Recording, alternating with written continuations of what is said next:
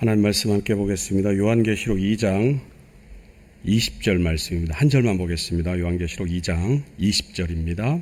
다 같이 한 목소리로 봉독하시겠습니다. 함께 읽습니다. 그러나 내게 책망할 일이 있노라. 자칭 선지자라 하는 여자 이세벨을 내가 용납함이니 그가 내 종들을 가르쳐 꾀어 행음하게 하고 우상의 제물을 먹게 하는도다. 아멘. 말씀 앞서서 광고 말씀 하나 드리겠습니다.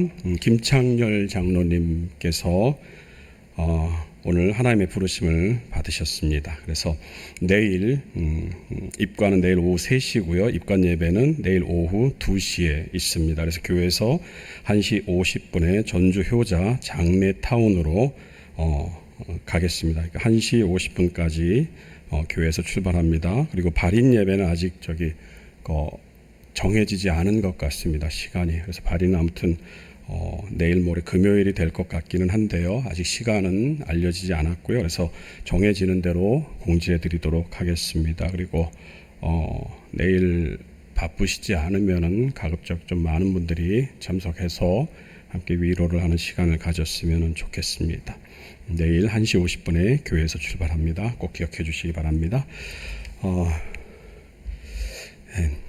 오늘은 요한계시록 2장 20절 말씀을 가지고 책망할 일이라는 제목으로 두아디라 교회에 대해서 계속해서 살펴보도록 하겠습니다.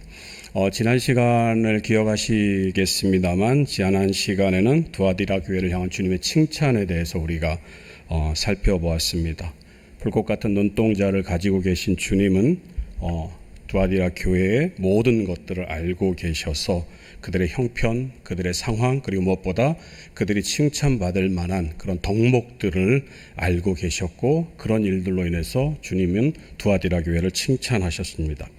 우리가 이미 살펴본 19절 말씀처럼 두아디라 교회는 그 삶이 일단은 주님께 칭찬을 받을 만한 그런 행실들, 삶의 모습들을 보였음을 우리가 보게 됩니다. 그리고 두아디라 교회는 주님이 모셨을 때 굉장한 사랑이 넘치는, 사랑이 많은 그런 교회였습니다. 그리고 또 믿음이 출중한, 믿음이 충만한 그런 교회였고요. 그 다음에 또 무엇보다 서로를 향한 섬김, 주님과 그리고 성도를 향한 그런 섬김이 충만한 그런 교회였습니다. 그리고 어떤 상황에서도 끝까지 인내하면서 주님의 말씀을 붙잡았던 그런 교회입니다. 그런데 무엇보다도 주님께서 두아디라 교회를 향해서 칭찬하셨던 그런 최고의 칭찬은 내 나중 행위가 처음 것보다 많다는 칭찬이었습니다.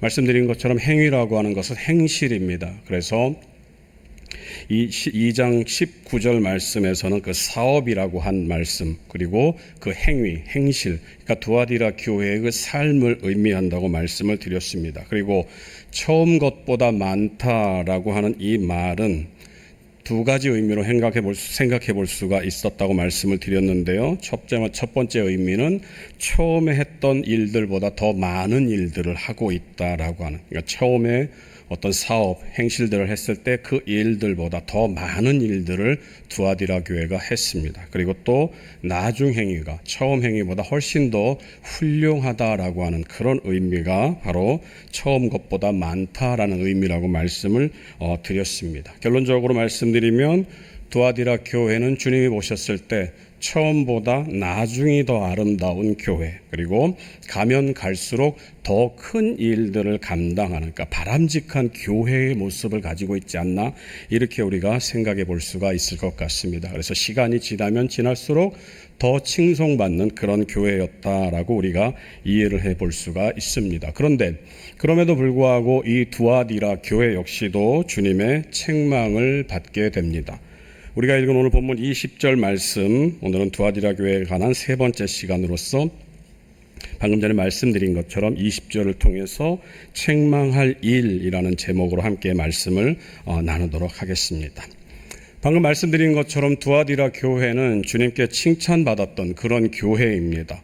환난과 핍박이 몰아치는 그러한 형편이었습니다. 그리고 우상숭배, 미신이 성행하는, 그리고 그런 일들이 당연시 되는 그런 삶 가운데 살면서도 해가 지날수록, 시간이 가면 갈수록 그 보여지는 모습들이 날로 더 아름다운 그런 교회였습니다. 그런데 그럼에도 불구하고, 그런 교회임에도 불구하고 두아디라 교회 안에 책망받을, 주님의 책망을 불러 일으키는 일이 있었음을 우리가 오늘 본문에서 살펴볼 수가 있습니다.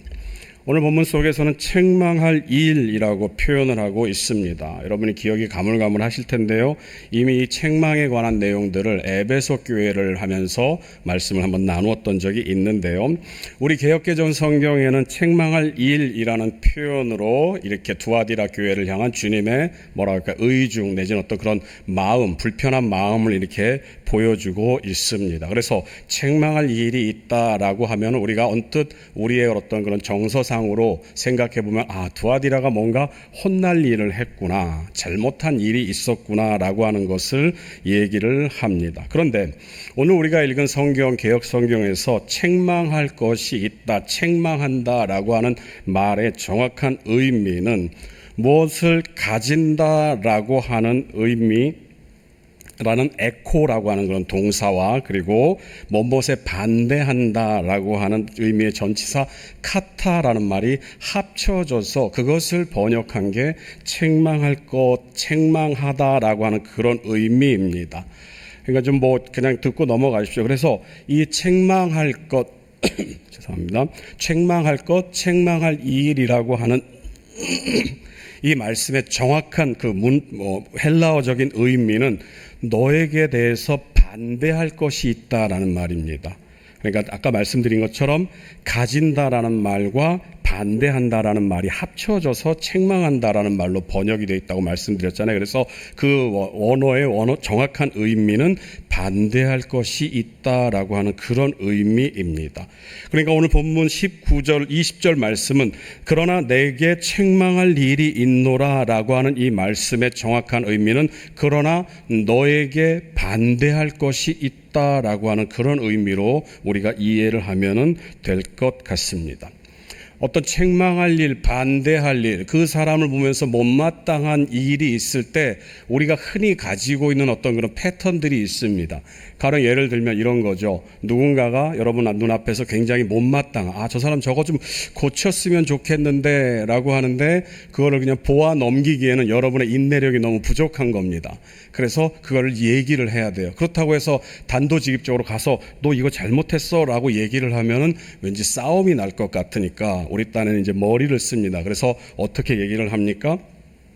먼저 그 사람을 칭찬합니다. 너 정말 내가 보니까 너 이런 것도 잘하고 이런 것도 잘하고 정말 이것도 잘해. 그래서 너 정말 좋은 사람이야. 너 훌륭한 사람이야. 라고 얘기를 하면서 한마디를 덧붙여. 그런데 딱 하나 너가 요거만 고치면 넌 정말 완벽한 것 같아. 너 요거만 고치면 안 될까라고 얘기를 하는 그러한 모습들이 우리 가운데 있습니다. 그래서 그러한 정서를 가지고 오늘 본문 말씀을 보게 되면 이런 걸로 우리가 해석을 할 수가 있습니다. 너에게 책망할 것이 있다. 너에게 반대할 것이 있다. 너 요거 정말 내 마음에 안 들어. 나는 요거 반대야. 라고 하는 그런 의미를 주님께서 말씀하십니다. 두아디라 교회야. 너 정말 훌륭한 교회구나. 어쩜 그렇게 칭찬받을 일을 많이 하는지 정말 모르겠다. 근데 너 같은 교회를 처음 봤어. 그런데 그 중에서 너가 딱 하나만 고치면 정말 좋은 교회, 더 좋은 교회가 될 것 같아. 어때? 한번 들어볼래? 이런 의미로 우리가 오늘 본문을 생각하면 철저한 오산입니다. 오늘 우리가 읽은 이 본문 말씀, 너에게 책망할 것이 있다, 너에게 반대할 것이 있다, 너가 가지고 있는 것에 동의할 수 없다라는 이 말의 의미는 사실 우리가 읽은 본문 속에서는 그냥 책망할 것이 있는데 한번 들어봐라 라고 하는 방금 예를 드는 것처럼 그러한 뉘앙스로 우리에게 전달이 되지만 사실 이것은 엄격한 꾸짖음입니다. 너에게 책망할 것이 있어 라고 하는 이 말은 절대적으로 주님께서 그 두아디라 교회를 향해서 잘못된 것을 엄격하게 지적하는 의미를 담고 있는 표현입니다. 흔히 우리 민족을 가리켜서 정이 많은 민족이다 이렇게 얘기를 합니다. 그리고 이제 정이 많은 우리이기 때문에 사람들의 잘못을 이렇게 쉽게 잊어버리거나 아니면 쉽게 용서하는 그러한 습성들이 우리 가운데 있습니다. 이게 뭐 부정할 수 없는 그런 사실입니다. 그리고 그 대상, 잘못을 저지른 대상이 나와 밀접한 관계에 있으면 있을수록 그 일들은 더, 그런 마음들은 더 증가가 됩니다. 이런 거죠, 여러분. 그 첫 번째 모습은 만약에 누가 죄를 지었을 때 그 사람하고 우리하고 굉장히 밀접하다 그러면은 그 사실을 믿지 않는 겁니다. 그 사람은 그런 일을 할 리가 없어 라고 얘기를 합니다. 명백한 증거를 들이대도 이 증거는 조작된 거야, 이것은 잘못된 거야. 그런 사람이, 그 사람이 그렇게 할 리가 절대 없지라고 생각하는 반응이 첫 번째 반응입니다. 두 번째 반응은 그 잘못은 인정을 합니다. 이제 어쩔 수 없이 너무나도 명백한 증거 때문에 할 수 없이 그 잘못을 인정을 합니다. 그런데 그 잘못을 어떻게 여기느냐? 실수로 여깁니다. 그래서 교회 안에 어떤 일들이 일어났을 때 그 사람이 어떤 사람인 줄 알아? 그분이 어떤 분인데, 그분이 얼마나 믿음이 출중한데, 그렇지만 그런 일을 했다고 한다면 아마도 실수를 했을 거야. 아차하는 실수. 그러면서 뭐라고 얘기를 합니까? 용서해야지.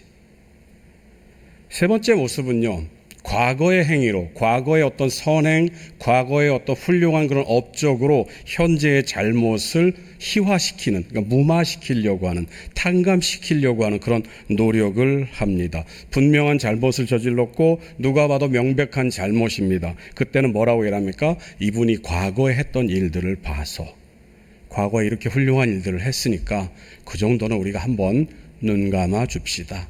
넘어갑시다. 이런 얘기들을 우리가 합니다. 말씀드린 것처럼 이런 잘못에 대한 이런 관대한 모습들은 그 당사자와 우리와의 관계가 친밀하면 친밀할수록 더 크게 증폭이 됩니다. 그런데 오늘 본문 말씀은 이 두아디라 교회는 알다시피 많은 일들을 행했습니다. 그리고 그 일들이 주님 보시기에 그 이전보다 훨씬 더 훌륭했기 때문에 주님께서 내려주시는 최고의 칭찬을 받았습니다. 야, 너는 지금보다, 이전보다 너 지금이 정말 더 내 마음에 합당하구나. 그리고 이전에 했던 일들보다 지금 했던 일들이 훨씬 더 훌륭한 일들이구나. 너는 그런 교회야. 그런데 그런 교회를 향해서 주님이 말씀하십니다. 책망할 것이 있다. 그런데 말씀드린 것처럼 이 앞에 나와 있던 과거의 어떤 믿음, 과거의 어떤 행위, 또 어떤 삶을 살았다 할지라도 주님께서 내가 너에게 책망할 것이 있다라고 하는 이 엄연한 지적, 이 엄연한 진노의 말씀 앞에는 과거에 그 어떤 삶이 있다 할지라도 아무런 영향이 없다고 한다는 것입니다.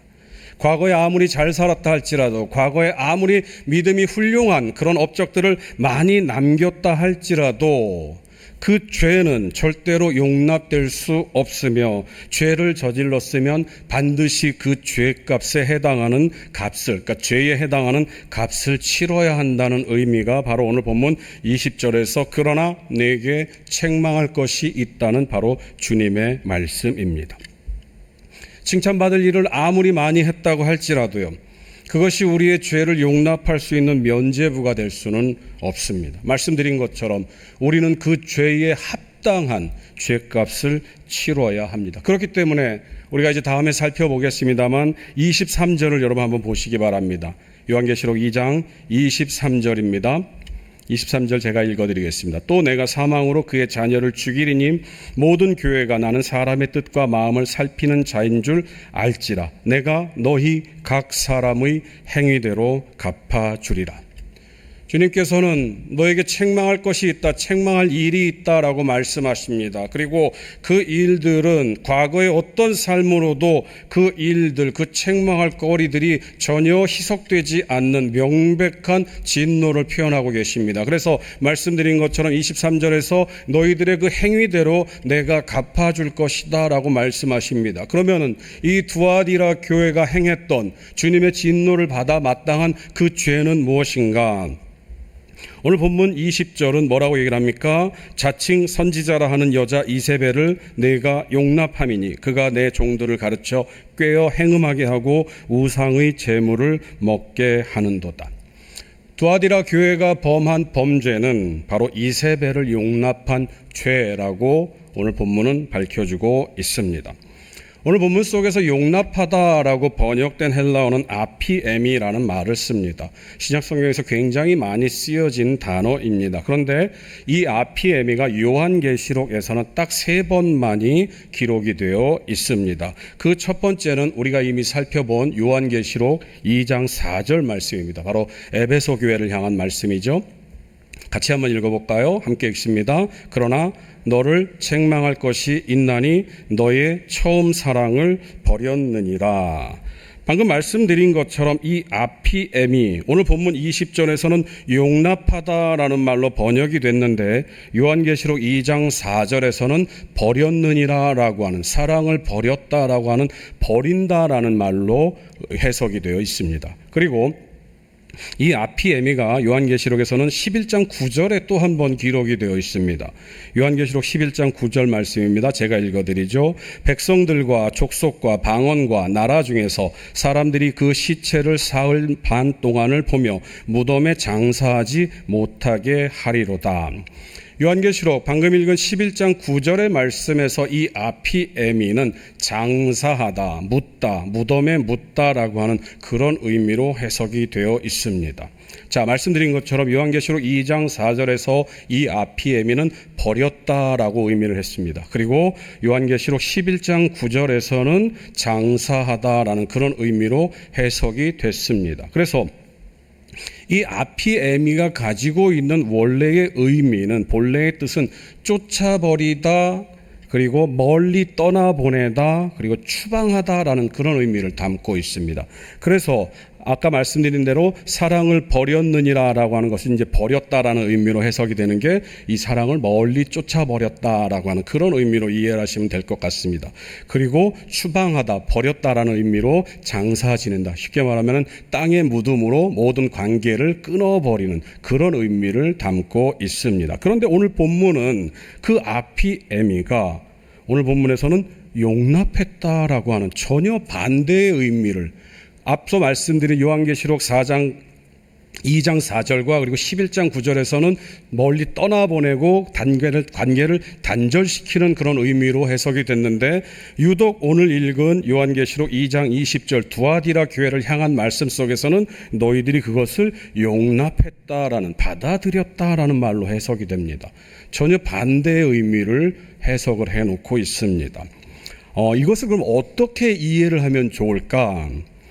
한 가지 간단한 예를 말씀드리겠습니다. 이제 군대에 있었던 얘기인데요. 이등병 때 이제 감기에 걸렸습니다. 감기. 그래갖고 이제 막 콧물 훌쩍훌쩍 하면서 이제 몸에 열이 나가지고 이제 막 그랬는데요. 이제 고참이랑 이제 근무를 나갔습니다. 근데 고참이 딱 그러는 겁니다. 저한테, 야, 어느 집에 형제가 둘이 있었어. 그랬더니, 네. 그랬더니, 그 형제가 뭔 줄 아냐? 그 형이 나가면 그때야 동생이 집에 들어오고, 그리고 동생이 들어오면은 그러니까 형제가 사이가 나빠서 큰 형이 들어오면 동생이 나가고, 동생이 들어오면 형이 나가고, 그렇게 얘기를 하더라고요. 그래서 너 이게 뭔지 알아? 그랬더니 모르겠습니다. 그랬더니 그 큰 형 이름이 군기야. 그리고 동생 이름이 감기야. 이렇게 얘기를 하는 겁니다. 그러니까 제가 감기에 걸린 이유는 군기가 나갔기 때문에 감기가 들어왔다라고 얘기를 하는 겁니다. 그러면서 막 이렇게 얼차려를 주더라고요. 엎드려 뻗쳐하고 막, 그래서 1시간 반 동안 열심히 얼차려 봤어요. 놀라운 사실은 그 감기가 났어요.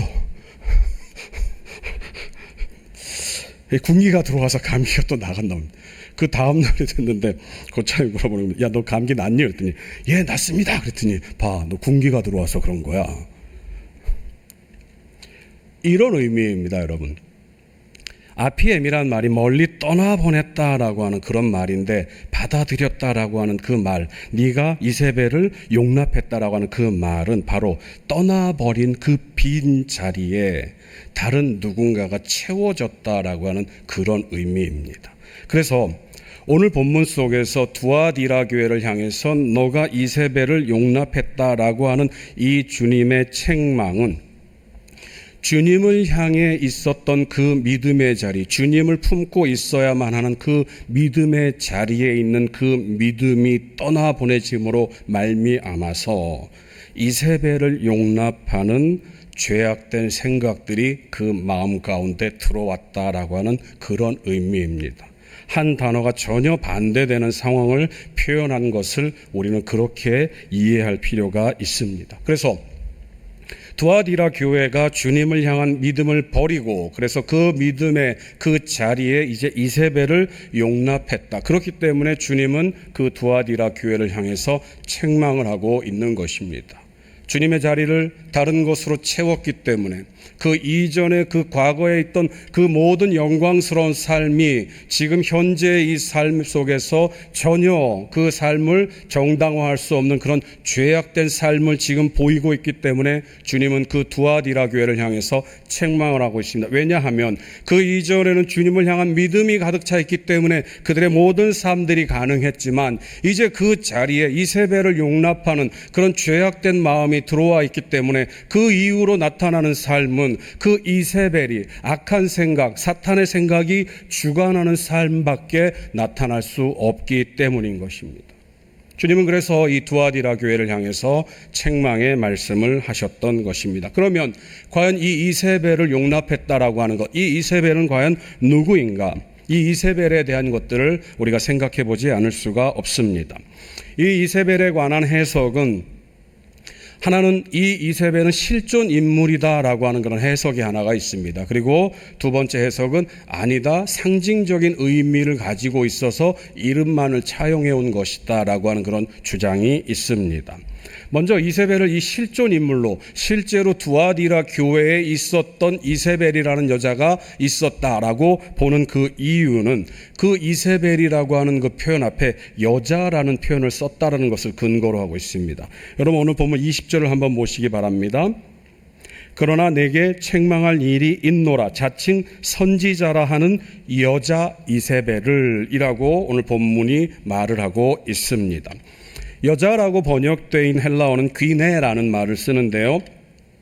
그 당시에 이 귀네라는 표현은 황후, 높은 부인, 귀족 부인을 칭할 때 귀네라는 말을 붙여서 썼습니다. 그래서 오늘 우리가 잘 알고 있는 대로 예수님께서 십자가에 달려서 그 어머니 마리아를 보셨을 때 여자여 보소서 아들이니이다 라고 했던 그 말, 여자여라고 하는 말이 귀네입니다. 다시 말하면은 아들로서 어머니 마리아를 향한 최고의 존경을 나타내는 것이 바로 그 당시의 여자여, 귀네라고 하는 그런 표현입니다. 그래서 오늘 본문 속에서 여자 이세벨, 귀네 이세벨로 호칭된 그 인물은, 그 여자는 두아디라 교회에서 어떤 장로급, 그러니까 장로의 권위를 가지고 있는 그런 유력한 여인으로서 아마도 예언 사역을 담당했던 여선지자가 아니었을까, 여사도가 아니었을까, 이제 이렇게 추정을 하는 그러한 이제 주장들이 있습니다. 이와 달리 상징적인 의미로 해석을 하는 그런 입장들이 있는데요. 그 대표적인 분이 존 맥카터 목사님입니다. 이 존 맥카터 목사님은 요한계시록 주석에서 이세벨이라고 하는 여인은 구약시대 그 악한 왕의 대명사였던 아합 왕의 부인으로서 하나님을 거역하는 일에 정말 앞장섰던, 그리고 여자의 이름으로서 그렇게 많이 악한 이름으로 거론된 적이 없었던 바로 이세벨 여왕을 상징하는 것이다, 황후를 상징하는 것이다 라고 얘기를 합니다. 그래서 하나님의 말씀을 어기고 하나님의 뜻을 거역하는 그 이세벨을 빗대어서 이세벨과 같은 그러한 가르침 따랐다라고 하는 그런 지적을 하는 것이다 라고 이렇게 얘기를 하고 있습니다.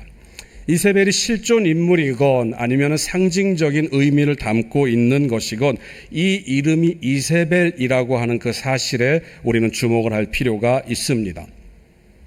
말씀드린 것처럼 이세벨은 아합 왕의 부인입니다. 그래서 하나님을 거역한 대표적인 여인입니다.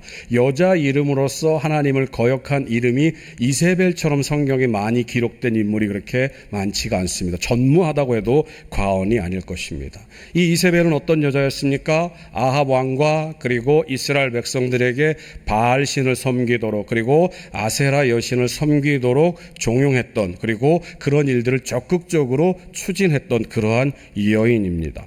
그래서 열왕기상 16장 31절부터 33절에는 이렇게 기록이 되어 있습니다. 제가 읽어드리겠습니다. 느밧의 아들 여로보암의 죄를 따라 행하는 것을 오히려 가볍게 여기며 시돈 사람의 왕 엣바을의 딸 이세벨을 아내로 삼고 가서 바알을 섬겨 예배하고 사마리아에 건축한 바알의 신전 안에 바알을 위하여 제단을 쌓으며 또 아세라상을 만들었으니 그는 그 이전의 이스라엘의 모든 왕보다 심히 이스라엘 하나님 여호와를 노하시게 하였더라. 바로 아합 왕의 행적입니다. 그런데 그 아합 왕의 행적의 원인이 무엇인가? 바로 이세벨이라고 하는 그 부인이었다는 것입니다. 과거의 역사 속에서 이세벨이 말씀드린 것처럼 아합 왕을 비롯해서 이스라엘 온 민족을 죄악된 길 바알을 섬기도록 한 것처럼 오늘 본문 속에서 나오고 있는 그 이세벨 역시도 주님의 종들 하나님의 백성들로 하여금 행음하고 우상의 제물을 먹게 하는 그런 죄를 저지르도록 했다라고 오늘 본문이 말을 하고 있는 것입니다. 오늘 본문 20절을 다시 한번 보시기 바랍니다. 우리 같이 한번 읽을까요? 함께 읽습니다. 그러나 자칭 선지자라 하는 여자 이세벨을 내가 용납함이니 그가 내 종들을 가르쳐 꾀어 행음하게 하고 우상의 제물을 먹게 하는도다. 오늘 본문 속에서 그 이세벨이 저질렀던 말씀드린 것처럼 실존하는 인물이건 상징적인 인물이건 간에 어쨌든 그 이세벨이라고 하는 그 존재가 이 두아디라 교회에서 행했던 일은 무엇인가? 바로 행음하도록 하고 우상의 제물을 먹게 했다라고 말을 하고 있습니다. 행음이라고 하는 이 표현은 구약 성경 속에서 하나님이 아닌 이방신을 섬기는 때 자주 묘사가 된 그런 표현입니다. 바알 신을 섬기는 어떤 상징적인 의미로, 다른 신을 섬기는 상징적인 의미로, 그래서 내가 아닌 다른 신과 간음을 했다라고 하는 그런 표현으로 우리가 많이 접하고 있는 그러한 표현입니다. 자칭 선지자 이세벨이라고 하는 이름 때문에 오늘 본문의 의미, 행음의 의미를 상징적인 의미로 해석을 할 수도 있습니다만, 그러나 오늘 본문 속에서 말하고 있는 이 행음은 실제적인 간음을 의미합니다. 그러니까 단순히 이방신을 섬겼다라고 하는 그런 의미가 아니라 이방신을 섬기면서 동시에 실제적인 간음 행위를 저질렀다라고 하는 그런 의미가 바로 오늘 본문이 가지고 있는 행음의 의미입니다. 왜냐하면 이 근거는 무엇인가? 바로 이 요한계시록이 기록될 당시에 그 헬라 문화, 로마 문화에 퍼져 있던 어떤 사상 때문입니다. 그 당시에 이 로마가 가지고 있었던 철학 사조는 이원론입니다. 영지주의 이원론이라고 얘기를 하는데요. 영지주의라고 하는 것, 그리고 이 이원론이라고 하는 것은 이제 영지주의에서 주장하는 그런 한 가지 그 가르침입니다. 무엇인가? 바로 영은 선하고 육은 악하다라는 것입니다. 그래서 영과 육은 철저하게 분리되어 있기 때문에 육이 저지른 일이 영에 영향을 끼칠 수 없다라고 얘기를 합니다. 다시 말하면 육으로 지은 죄는 절대로 이 영에, 우리가 구원을 받는다라고 하는 그 영에는 아무런 영향을 미치지 않는다라고 하는 그런 의미입니다. 그래서 하나님은 선하신 분, 영적인 분이시기 때문에 인간의 육신, 죄악된 육체에는 아무런 관심이 없고, 그렇기 때문에 하나님은 오로지 이 영만을 심판하시는 분이시고 이 육은 아무렇게나 살아도 상관이 없다라고 하는 그런 가르침입니다. 그렇기 때문에 그 당시에 이 영지주의에 빠져 있던 사람들은 제일 먼저 가지고 있던 가치관이 도덕적 가치관이 흔들려 버립니다. 왜요? 자신이 육신으로 저지른 죄는 그 영과는 아무런 관계가 없고 아무런 영향도 미치지 못하기 때문입니다. 그래서 육신으로는 어떤 일을 해도 상관이 없다라고 하는 것이 바로 이 영지주의 이원론의 가르침인 것입니다. 바로 이세벨이 이러한 가르침으로 주의 종들, 주의 백성들, 두아디라 교회를 향해서 꿰어냈다라고 하는 것입니다. 죄악된 길로. 당신네들이 육으로 어떤 일을 저질러도, 당신들이 황제를 숭배하고 그 제단에서 다른 이방 여인들과 행음을 하더라도 아무런 문제가 되지 않는다라고 하는 것을 설파했던 것입니다. 또 이 이세벨은 우상의 제물을 먹는 죄를 저지르도록 했다라고 오늘 본문은 말을 하고 있습니다. 내 종들을 가르쳐 꿰어 행음하게 하고 우상의 제물을 먹게 하는도다.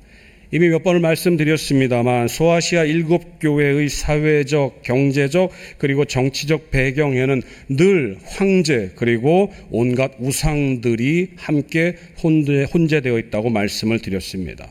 황제를 숭배하고 또 다른 우상들, 여러 신들을 섬기는 그런 행위들이 성행했기 때문에 모든 경제적인 활동들은 그 신전, 황제의 신전과 그리고 다른 신들을 섬기는 그 신전들을 중심으로 해서 돌아갔습니다.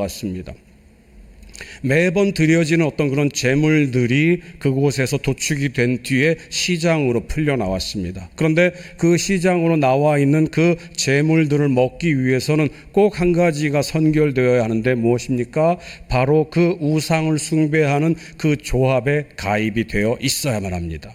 그 가입이 되어 있지 않으면 아무리 돈이 많아도 그 물건들을 살 수가 없는 것이 그 당시에 로마의 어떤 그 사회적인 그런 규례였습니다. 그렇기 때문에 이 노동조합, 이 길드에 참여하지 않으면 말씀드린 것처럼 정당한 내지는 어떤 합당한 시민의 권리를 누릴 수 없었습니다. 더 나아가서 황제 숭배 역시도 마찬가지였습니다. 황제 숭배를 하지 않았다고 하는 그 사실이 발각되면 그 사실로 인해서 모든 권리들이 다 박탈당하고 심지어 시민권까지 박탈당한 뒤에 감옥에 갇히거나 노예로 팔리거나 더 심한 경우에는 검투사 내지는 어떤 그런 경기장에서 제물로 바쳐지는 일이 비일비재했습니다. 그런데 이 황제 숭배라고 하는 것이 굉장히 쉬운 단계, 절차를 가지고 있습니다.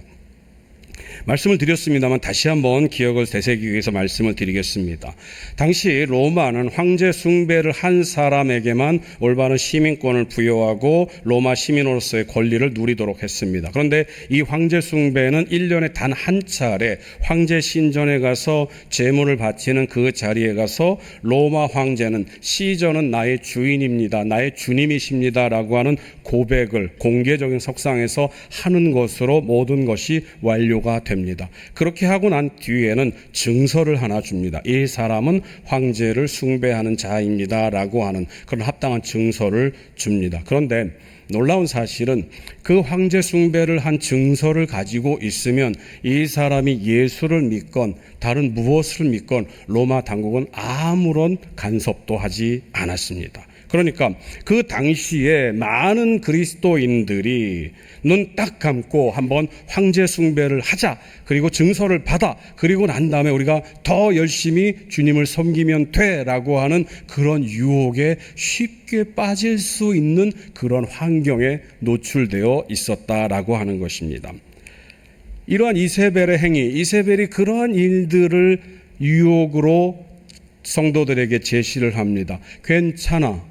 우상의 재물 먹는 거 그냥 눈 한번 딱 감고 일들 하면 돼. 그리고 나서 그 다음에는 더 열심히 주님을 위해서 살면 돼 라고 얘기를 한다는 것이죠. 그런데 오늘 본문 속에서 주님은 뭐라고 얘기를 하십니까? 주님께서 말씀하신 그 책망할 것이 있다. 그런데 그 책망할 것이 무엇인가? 여자 이세벨을 용납했는데 그 이세벨이 했던 그 행위들을 용납한 것을 책망한다고 말씀하십니다. 그것이 무엇입니까? 방금 살펴본 것처럼 행음을 하게 하고 그리고 우상의 제물을 먹게 한다. 말씀드린 것처럼 이세벨은 그것이 죄가 아니라고 얘기를 합니다.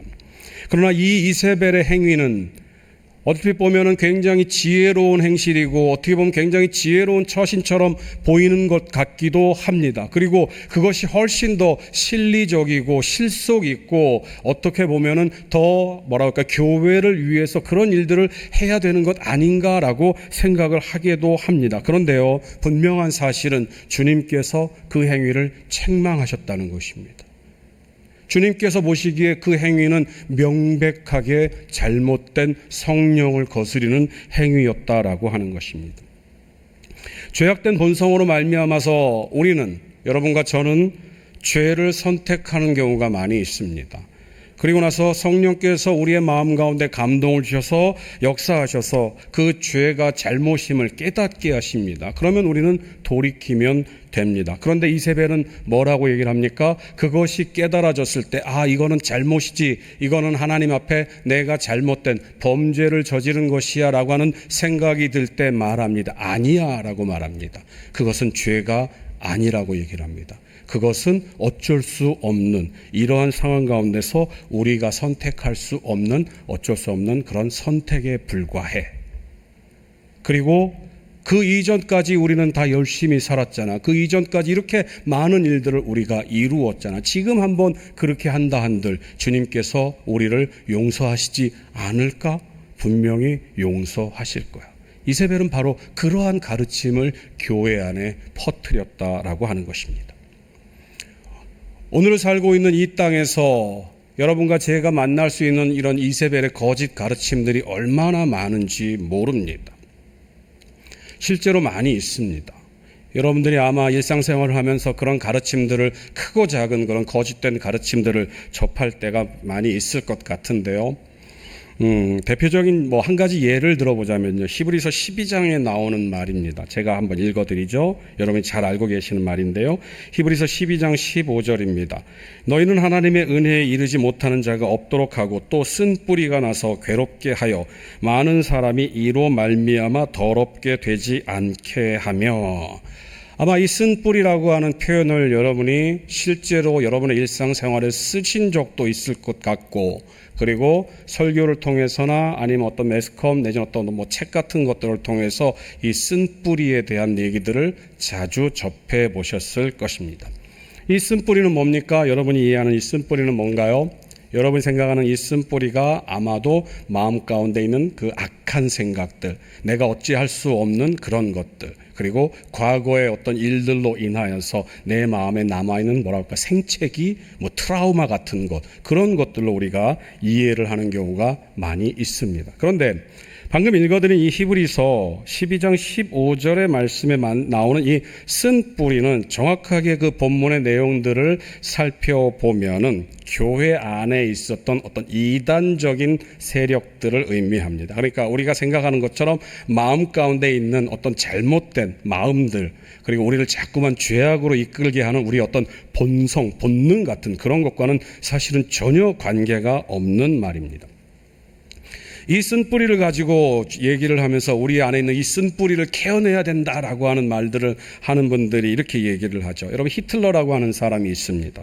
히틀러가 여러분 아시다시피 이제 홀로코스트 여러분 아시지 않습니까? 그 가스 실현, 아우슈비츠라든지 이런 데서 이스라엘 백성들, 유대인들을 600만 명을 죽였습니다. 600만 명을 죽었대요. 그러니까 상상이 안 되죠. 도대체 그 숫자 자체가 너무나도 어마어마하니까는요.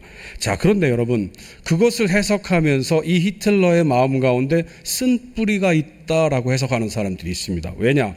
이 히틀러가 이 유대인을 향한 어렸을 때 이 유대인으로부터 어떤 그 상처, 트라우마를 경험했기 때문에 이 히틀러의 마음 가운데 유대인을 향한 그런 증오의 쓴뿌리가 남아 있어서 그 유대인들에 대한 그 증오가 발휘돼서 유대인들을 학살했다. 이렇게 이제 얘기를 합니다. 여러분, 악한 행실의 근원이 그 쓴뿌리 때문입니까? 그 쓴뿌리를 뽑아야 될까요? 기회가 된다면 이 말씀을 다시 한번 좀 나중에 생각을 해봤으면 좋겠는데요. 말씀드린 것처럼 이 히브리서 12장에 나와 있는 그 말은 전혀 그런 의미가 아닙니다. 과거의 어떤 상처나 원한이 치유되지 않고 여러분 마음 가운데 남아 있어서 현재에도 여러분의 삶에 그 상처들이 영향을 미친다라고 하는 말은요, 여러분 어디서 온 건 줄 아십니까? 이것은 심리학에서 온 말입니다. 심리학에서 그대로 차용해온 말이에요. 무슨 말인가? 심리학은요, 모든 죄의 근원을 그 사람에게서 찾지 않습니다. 알코올 중독자 아버지가 있기 때문에 아들이 알코올 중독에 걸렸습니다. 그러면 그 아들이 알코올 중독에 걸린 이유는 누구 때문입니까? 아빠 때문이에요? 아들이 안 먹으면 되잖아요. 그 아버지가 자기가 술이 곤드레만드레 취해가지고 술주정을 하면서도 멀쩡한 정신 때, 야, 너도 나처럼 술을 즐겨, 이렇게 얘기를 했을 것 같습니까? 아니죠, 여러분. 그 아버지는 술이 취해서 자식을 두드려 패고 그래도 맨정신이 될 때는 나처럼 살지 마라, 분명히 그렇게 얘기를 했을 겁니다. 그럼 그 아들은 도대체 아버지도 원하지 않고 지도 그 아버지를 그렇게 미워했는데 왜 그렇게 됐을까요? 쓴뿌리 때문에 그런 겁니까? 아닙니다, 여러분. 정답은 딱 하나입니다. 죄 때문에 그렇습니다. 그 마음 가운데는 죄성 때문에 그렇습니다. 죄는 그렇게 사람을 이끌어가게 되어 있습니다.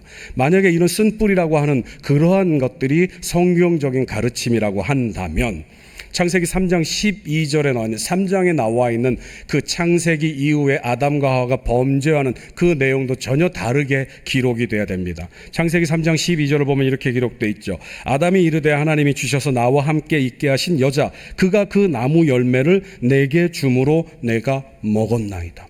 하나님께서 아담에게 물어봅니다. 누가 이 선악과를 따먹으니 누가 너희더러 이것을 먹으라고 했느냐라고 얘기를 할 때 아담이 뭐라고 얘기를 합니까? 하나님이 창조하신 여자, 하나님이 창조해서 나한테 보내주신 이 여자 때문에 내가 먹었습니다 라고 얘기를 합니다. 자신의 죄를 누구에게 돌립니까? 여자에게 돌립니다. 하와는 또 누구에게 그 죄를 돌립니까? 뱀에게 돌립니다. 그럼 뱀은 뭐라고 해야 될까요? 억울하지 않습니까? 뱀도 뭔가가 있을 거 아니에요. 여러분, 만약에 그런 일이 됐다고 한다면요, 그 죄의 아담과 하와가 선악과를 따먹은 그 죄의 원인은 그 선악과를 만들어 놓은 하나님에게 있습니다. 괜히 하나님이 선악과를 만들어 놓으셔가지고 그것만 안 만들어 놓으시면 죄질 일도 없잖아요. 바로 그런 게 사회적인 심리학의 관점입니다. 하나님은 어떻게 하셨습니까? 그래 아담아, 그러면 오케이, 알았어. 너 여자 때문에 그랬구나. 그래서 여자한테 물어봅니다. 여자야, 너는 왜 죄를 지었니? 뱀 때문에 그랬어요. 그럼 하나님은 그 뱀에게만 벌을 내리셔야 마땅할 것입니다. 그런데 어떻게 합니까? 하나님은 아담에게 벌을 내리시고 하와에게 벌을 내리시고 뱀에게도 벌을 내리셨습니다. 그 이유가 무엇입니까? 그 죄에 합당한 결과를 아담이, 그 죄에 합당한 결과, 형벌을 하와가, 그리고 그 죄에 합당한 결과를 뱀이 받아 마땅하기 때문입니다. 그러니까 아담이 그 선악과를 따먹은 이유는 다른 것들 다 필요 없습니다. 그 유혹이 있다 한들 그 유혹을 넘어가서 선택하지 않으면 그만이었습니다. 그래서 칼빈 같은 경우는 뭐라고 얘기를 하느냐, 아담과 하와를 일컬어서 범죄하기 이전에, 선악과를 따먹기 이전에 아담과 하와를 일컬어서 죄를 짓지 않을 수 있는 상태의 인간이라고 표현합니다. 그리고 그 이후에 선악과를 따먹은 이후에는 죄를 지을 수밖에 없는 상태의 인간이라고 표현을 합니다. 무슨 말입니까, 여러분? 아담이 그 선악과를 따먹은 이유는 그 아담이 그 죄를 선택했기 때문입니다. 모든 죄의 근원은 바로 인간의 죄성 때문입니다. 그러한 가르침들이 교회 안에 많이 있습니다. 두아디라 교회의 잘못은 이세벨의 그 잘못된 가르침을 용납한 것입니다. 주의 종들을 꾀어서 행음하게 만들었습니다. 우상의 제물을 먹게 했습니다. 그리고 얘기를 합니다. 이런 것들은 우리의 영혼 구원과는 아무런 상관이 없고, 그리고 이런 일들을 행하는 것이 우리의 구원에 전혀 영향을 미치지 않고, 하나님은 우리가 육신으로 저지르는 그 죄에는 전혀 신경을 쓰지 않고 우리는 오로지 영혼만을, 우리의 마음만을, 우리의 영적인 그런 상태만을 잘 관리하면 된다고 이 얘기를 합니다. 그리고 그런 엄혹한 세월 가운데서, 그런 시간 가운데서, 그런 상황 가운데서 그런 일들을 선택하는 것이 지혜로운 선택이고, 지금 한번 눈 딱 감고 이런 죄를 저지른 다음에 그 이후에는 더 하나님의 뜻에 순종하는 합당한 삶을 살면 된다라고 얘기를 하면서 믿는 사람들을 넘어뜨렸습니다. 그런 거짓된 가르침이 이 두아디라 교회 안에 있었던 것입니다. 주님의 책망은 그러한 용납, 그러한 허용, 그러한 관용에 대해서 철저하게 그것은 잘못된 것이다 라고 말씀하고 계시는 것입니다. 20세기가 낳은 최고의 강해 설교자라고 불리우는 마틴 로이드 존스 목사님이 쓰신 부흥이라는 책이 있습니다. 그 책에 있는 내용을 하나를 좀 인용해 왔습니다. 지금 읽어드릴게요. 그들은 하나님의 성품에서 진노를 몰아냈고 공평과 의의를 몰아냈으며 하나님이 친히 계시하신 모든 특징을 몰아냈습니다. 그리고 하나님은 형벌받을 자를 면죄하신다고 주장했습니다. 그들은 말합니다. 하나님은 사랑이시다. 당신이 무슨 짓을 했느냐는 중요하지 않다. 가서 죄송하다고 말씀드려라. 용서를 구해라. 그러면 다 잘 될 것이다. 그러나 그것은 거짓말입니다. 우리가 세상에서 목격하는 불법과 교회에서 목격하는 불법이 다 이런 태도에서 나오는 것입니다. 하나님은 사랑이니까 어떤 잘못을 저질러도 그 하나님께 가서 하나님 나 잘못했습니다. 용서해 주세요라고 얘기를 하면 모든 것이 다 잘 된다. 마틴 로이드 존스 목사님은 정확하게 지적합니다. 그것은 거짓말이라고요. 우리가 세상에서 목격하는 모든 불법 그리고 교회 안에서 자행되는 그 불합리한 그 하나님의 뜻에 어긋나는 그 모든 일들이 다 이런 태도에서 나오는 것입니다. 다시 한번 이 말씀을 좀 인용해서 말씀을 드리겠습니다. 우리가 세상에서 목격하는 모든 불법과 교회에서 목격하는 모든 불법이 다 이런 죄악된 가르침, 이세벨의 가르침에서 나온다고 하는 것입니다. 가끔 라디오에서 나오는 설교를 들을 때가 있습니다. 그러면 때로는 어떻게 저런 말을 하지라고 하는 그런 마음이 들 때가 있습니다. 도대체 어떻게 강단에서 저런 얘기를 성도들에게 할 수 있을까라고 하는 그러한 생각들이 들 때가 있습니다. 그리고 또 한 가지 안타까운 것은 아무것도 모르는, 여러분에 해당되는 것은 아닙니다. 아무것도 모르는 성도들은 그것을 그냥 하나님의 말씀으로 받아들이고 그냥 아멘 아멘 하면서 그 말씀을 지키려고 노력을 한다는 것입니다. 그런 얘기를 들으면요, 여러분 정말 뭐라 그럴까요? 어떻게 표현하기 어려운 울분 같은 게 가슴속에 끌어오릅니다. 여러분은 어떻습니까? 여러분 주변에 있는 그런 경건치 않은 모습들, 경건해야 될 사람인데 분명히 바른 복음에 합당한 삶을 살아야 하는데 그렇지 못한 사람의 그 삶을 볼 때, 그리고 하나님의 이름을 망령되이 일컫는 그런 모습을 보면 여러분 마음은 어떻습니까? 여러분의 영혼이 무거워지는 그런 느낌이 들지 않습니까? 앞서 우리 기도하신 우리 집사님이 경건에 대한 얘기를 이렇게 하셨습니다. 그리고 이 여름이 되니까 저한테 이게 많은 권사님들이 덥지 않냐고, 이제 겉옷 벗고 반팔 셔츠 입고 옛날엔 다 그렇게 했다고 이제 그렇게 말씀을 하십니다. 그러면서 저한테 이제 그렇게 편하게 강대상이 쓰라고 얘기를 합니다. 저는 그렇게 못합니다. 제가 왜 그렇게 못하냐면요, 여러분. 제가 그 경건의 중심이나 그 경건의 열정은 한참 부족한 사람이기 때문에 최소한 경건의 모양이라도 갖추기 위해서 이러고 있습니다. 최소한 강대상에 설 때만큼은, 하나님 앞에 예배를 인도하는 사람의 자세일 때만큼은 최대한으로 제가 예의를 갖춰야 한다라고 하는 그런 마음 때문에 이렇게 있습니다. 저라고 안 덥겠습니까? 네. 사랑하는 성도 여러분, 우리는 세상 속에서 그리고 교회 안에서 하나님의 이름을 빙자해서 그것이 옳은 선택이다라고 얘기하는 그런 얘기들, 하나님을 망령되이 일컫는 그런 얘기들을 들을 때 울분이 솟아야 됩니다. 여러분의 중심 가운데서 성령이 여러분의 감동으로 여러분의 마음 가운데서 그런 일들을 용납하지 않도록 하는 그런 마음이 있어야 됩니다. 두아디라 교회는 그런 마음을 잃어버렸어요. 그래서 주님께서 그 두아디라 교회를 향해서 책망할 것이 있다라고 말씀을 하신 것입니다. 그날이 옵니다, 여러분. 그날이 되었을 때 주님 앞에 많은 사람들이 서게 됩니다. 그런데 주님은 어떤 사람들을 향해서 도무지 내가 너희들을 알 수 없다라고 말씀하십니다.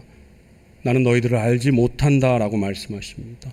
여러분, 그 말을 들은 사람들이 주님 앞에서 뭐라고 얘기했는지 아십니까? 마태복음 7장 22절 말씀입니다. 그날에 많은 사람이 나더러 이르되 주여 주여 우리가 주의 이름으로 선지자 노릇하며 주의 이름으로 귀신을 쫓아내며 주의 이름으로 많은 권능을 행하지 아니하였나이까 하리니. 그 날이 되었습니다. 그리고 주님 앞에 갔습니다. 주님 나 아시지요? 라고 했는데 주님이 모른다고 그러시는 거예요. 나 너희를 몰라. 그랬더니 그 사람들이 얘기를 합니다. 주님, 우리가 얼마나 주님을 위해서 열심히 살았는지 아시지 않습니까? 우리가 선지자의 역할을 감당했습니다. 그리고 우리가 귀신을 쫓아냈습니다. 그리고 우리가 주님의 이름으로 많은 권능을 행했습니다. 주님 다 아시지 않습니까? 라고 얘기를 합니다. 그러나 주님은 뭐라고 얘기를 하십니까? 나는 너희를 모른다 라고 말씀하십니다.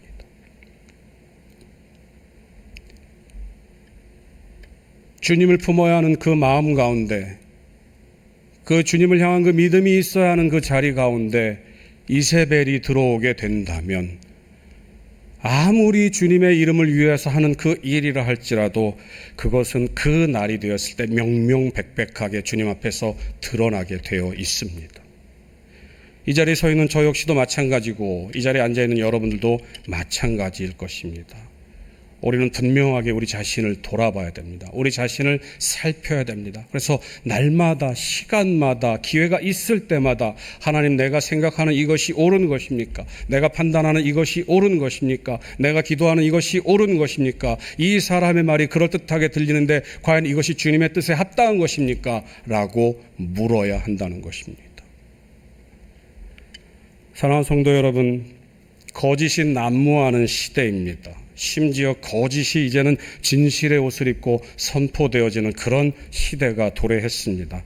그러면 이 혼돈의 시대에 저와 여러분들이 오늘 이 말씀처럼 주님이 두아디라 교회를 향한 책망을 받지 않는다고 누가 장담을 하겠습니까?